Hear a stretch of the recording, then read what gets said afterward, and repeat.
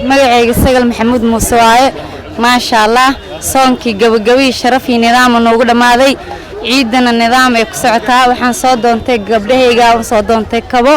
maasha Allah walaa maasha Allah qiimo macquul saddex jooga oo rabaa gabdhahayga qiimo macquul ee gadayaan wiilashan kaba iibiya xamarweyne maasha Allah customerka xamarweyne markasta waa ka iibsadaa kabo iid walba kaba raqiis waa lagu soo yaaco waxaan soo iibsanay dharkii aan ku iidin lahayn oo aan salaada waajibka aan ku soo dukan lahayn wabillahi tawfiiq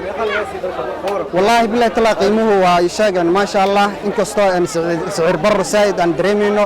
laakiin waa kullay in wax maalinteeda waa laakiin waxaan leenahay maciishadu aad u qaalisan iyo barkii iyo said u qaalisan ayaan maanta la kulanay waa waxna ka bixin insha Allah waxaan soo iibsaday shaarki iyo cimaamadii iyo macmuusti